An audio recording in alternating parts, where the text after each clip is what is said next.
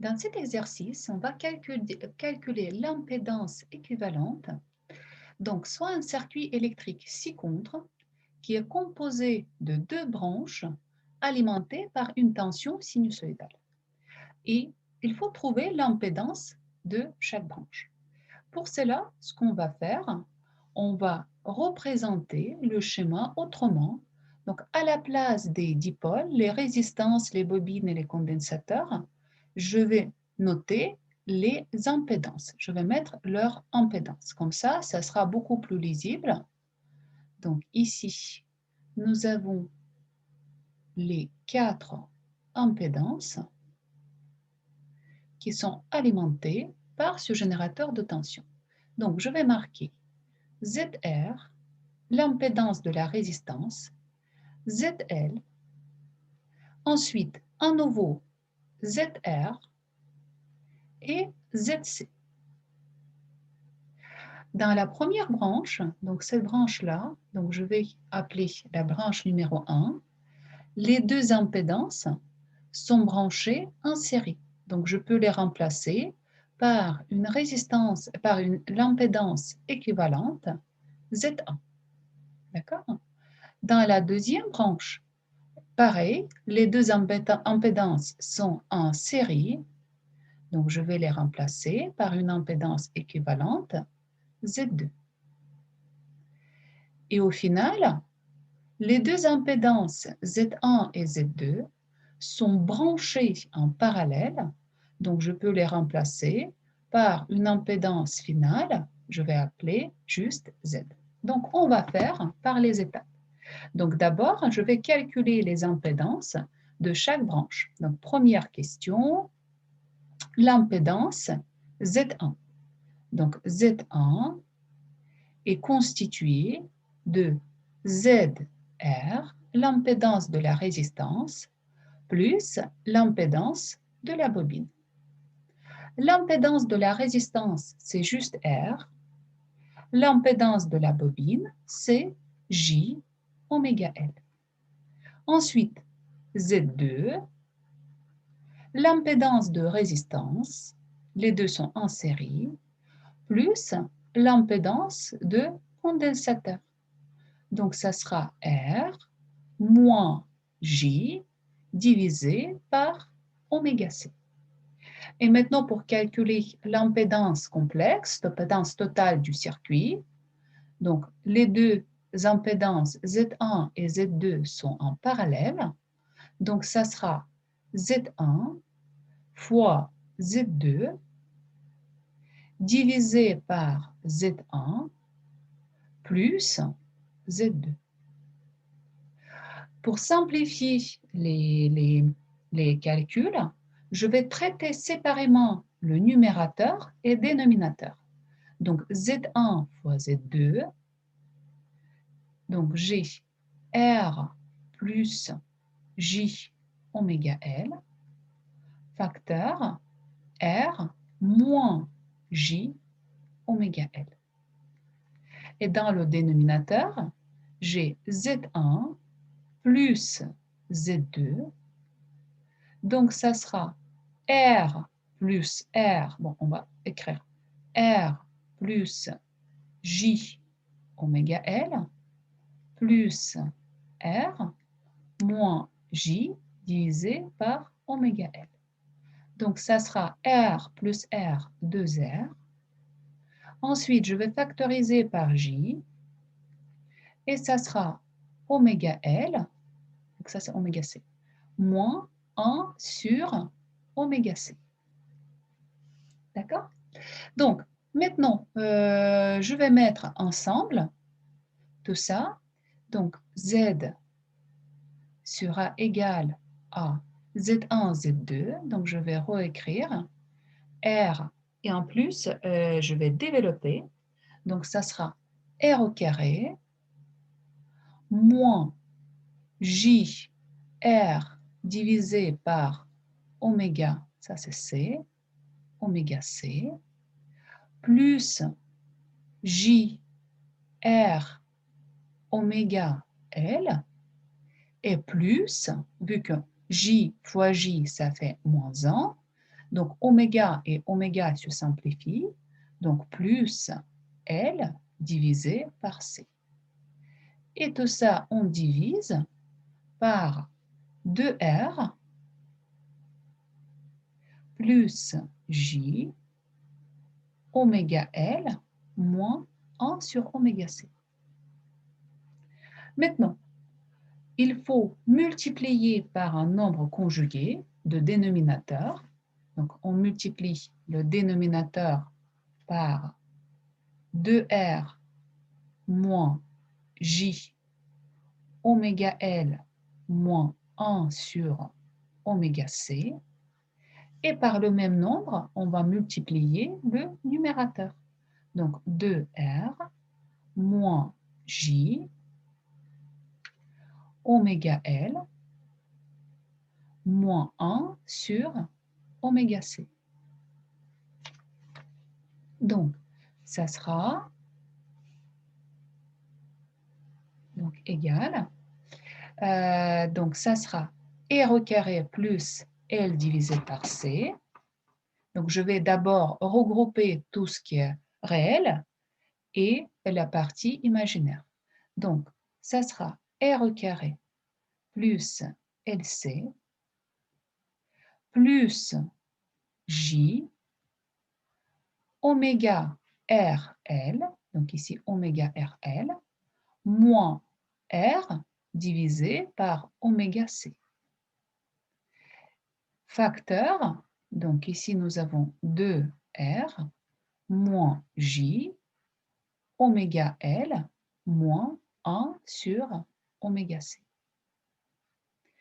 Et tout ça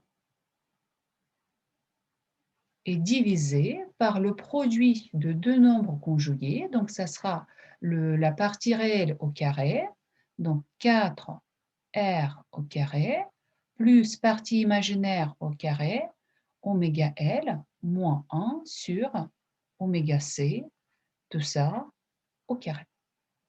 Donc, maintenant, il faut que je développe le numérateur. Je vais effacer la partie du haut pour avoir plus de place. Et on va écrire ici. Donc, je vais écrire juste pour l'instant le numérateur. D'accord? Donc, et on va développer le numérateur. Donc, numérateur. Donc, R au carré fois 2R. Donc, ça sera 2R au cube moins J R au carré. R au carré.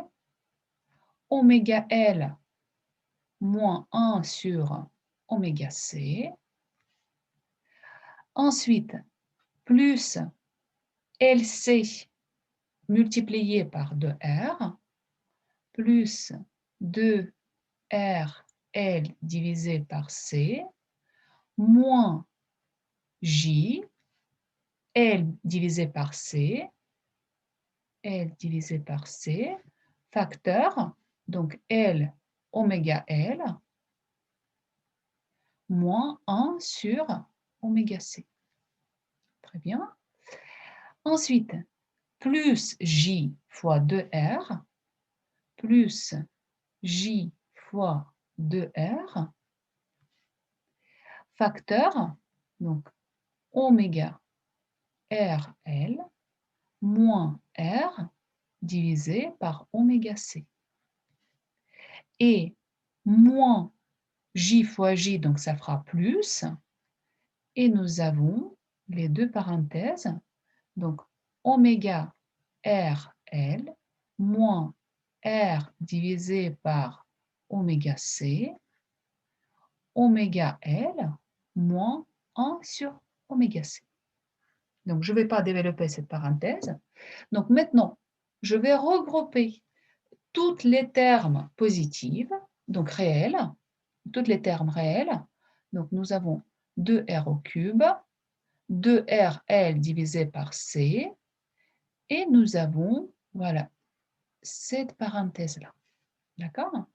Et je vais nommer par exemple, par A, que partie réelle, donc ça sera A, que je vais poser, que ça sera égal 2r au cube plus 2rl divisé par c plus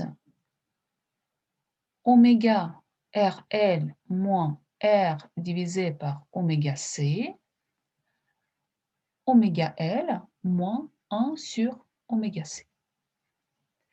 Ensuite, par b, je vais appeler toute la partie imaginaire.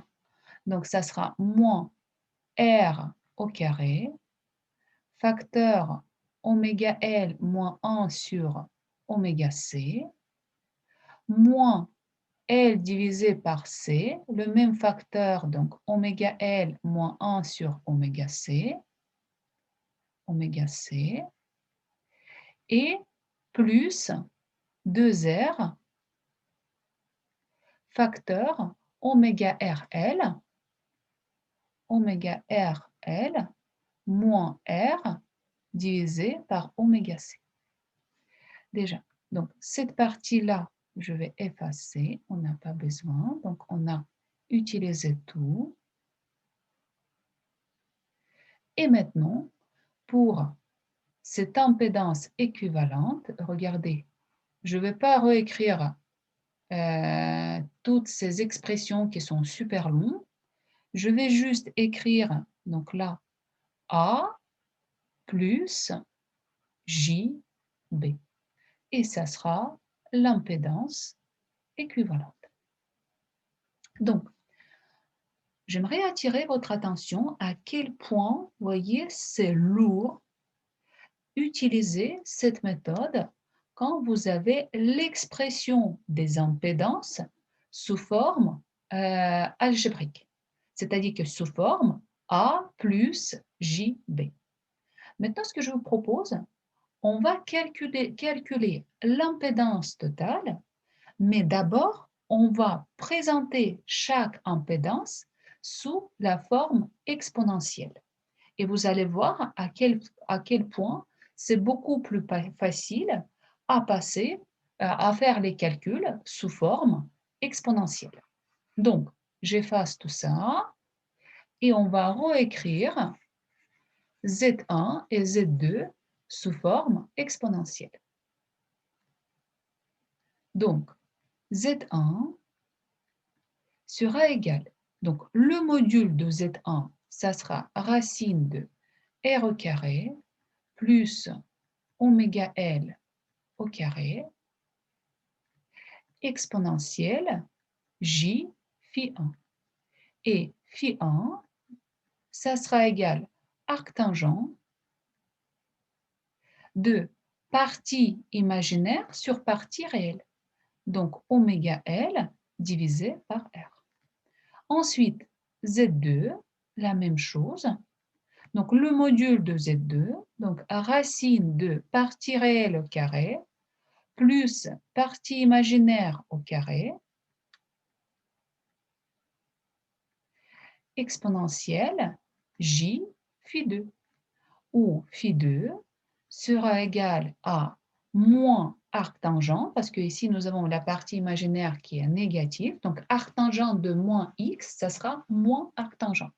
Donc ça sera moins arc tan de 1 sur oméga CR. Et maintenant, donc Z égale Z1 fois Z2 divisé par Z1 plus Z2. Donc, regardez, Z1 fois Z2, facile à calculer. Par contre, dans le dénominateur, nous avons la somme. Donc, avant de faire les calculs, je vais calculer Z1 plus Z2. Je vais revenir vers leur expression algébrique, d'accord? Parce que quand nous avons la somme ou la soustraction, c'est beaucoup plus simple à manipuler avec la forme algébrique. Et quand nous avons la quotient ou le produit, c'est beaucoup plus simple à manipuler avec les formes exponentielles. Donc d'abord, je vais calculer Z1 plus Z2 sous forme algébrique. Donc, ça sera 2R plus J oméga L moins 1 sur oméga C. Ensuite, le résultat, je vais présenter sous forme exponentielle. Donc, ça sera racine, donc le module racine de 4R au carré plus partie imaginaire au carré oméga L moins 1 sur oméga C au carré exponentielle J phi 3 où phi 3 c'est arctangent de oméga L moins 1 sur oméga C divisé par 2R, donc partie imaginaire sur la partie réelle. Maintenant, tout est bon, on est prêt, donc je peux effacer cette partie-là et donc on va calculer Z. Z1 sous forme exponentielle, donc racine de R au carré plus oméga L au carré,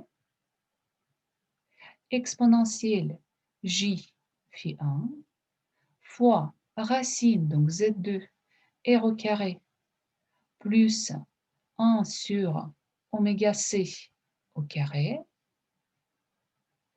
exponentielle J phi 2 divisé par Z1 plus Z2 sous forme exponentielle, donc racine de 4R au carré plus oméga L moins 1 sur oméga C, tout ça au carré, fois exponentielle J phi 3. Maintenant, le module, donc toutes ces racines-là, je vais présenter comme une grosse racine qui est comme ça. Donc, on aura R au carré plus oméga L au carré fois donc R au carré plus 1 sur oméga C au carré divisé par 4 R au carré plus oméga L moins 1 sur oméga C, tout ça au carré, racine, fois maintenant les phases, les arguments, donc ça sera exponentielle J, phi 1 plus phi 2 moins phi 3. Et voici le résultat. Phi 1, phi 2 et phi 3, nous avons défini, donc phi 1 est là, phi 2 est là, et phi 3, vous voyez, elle est ici. Donc, ce n'est même pas la peine à mettre les arctangents dans une formule. Mais vous voyez à quel point c'est beaucoup plus facile à manipuler avec la forme algébrique des nombres complexes que multiplier par le nombre conjugué, voilà, le développer, tout, et ça devient très, très, très, très lourd. Donc, si vous avez la somme de deux nombres complexes, il faut privilégier la forme algébrique. Si au contraire, vous avez la quotient ou vous avez le produit, il faut privilégier la forme exponentielle.